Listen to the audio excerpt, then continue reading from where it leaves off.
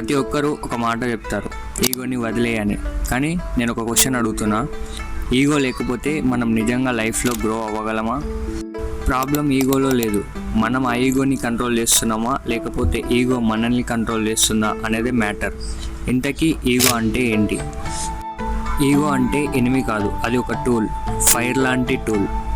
Fire ఫుడ్ని cook చేస్తుంది, అలాగే ఇల్లుని కూడా తగలబెట్టేస్తుంది. ఈగో కూడా అంతే. ఈగోని మనం ఒక ఫ్యూయల్ లాగా వాడుకోవాలి. ఎప్పుడైనా నిన్ను ఎవరైనా నువ్వు ఆ పని చేయలేవు అన్నప్పుడు నీ లోపల ఒక మంట మండుతుంది, చూసినావా, సర్రమని, అది ఈగో.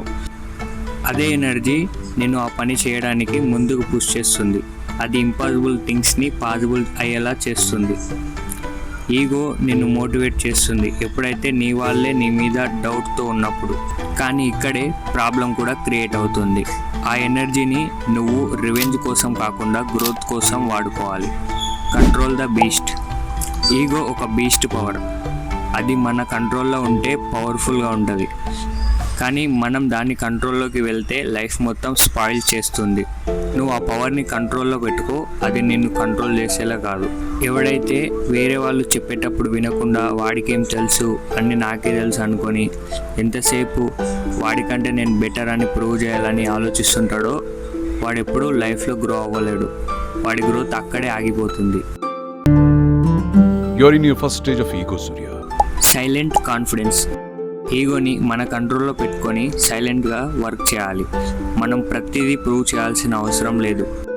మనల్ని ఎవడైనా అండర్ ఎస్టిమేట్ చేసినప్పుడు మనం వాళ్ళతో ఆర్గ్యూ చేయకుండా డైరెక్ట్ రిజల్ట్స్ చూపించాలి.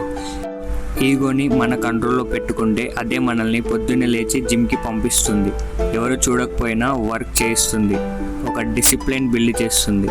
అదే సక్సెస్కి ఫ్యూయల్ అవుతుంది. అదే ఈగో యొక్క రియల్ పవర్. కానీ ఒక విషయం గుర్తుపెట్టుకోండి, వీక్ ఈగోకి సుపీరియర్గా కనిపించడం ఇంపార్టెంట్, స్ట్రాంగ్ ఈగోకి బెటర్ పర్సన్గా మారడం ఇంపార్టెంట్. కాబట్టి నువ్వు ఈగోని కంట్రోల్ చేస్తున్నావా లేక ఈగో నిన్ను కంట్రోల్ చేస్తుందా అనేది నీకే బాగా తెలుసు. ఈగోని కంట్రోల్లో పెడితే అది నీ లైఫ్ని డిస్ట్రాయ్ చేయదు, నీ క్యారెక్టర్ని బిల్డ్ చేస్తుంది.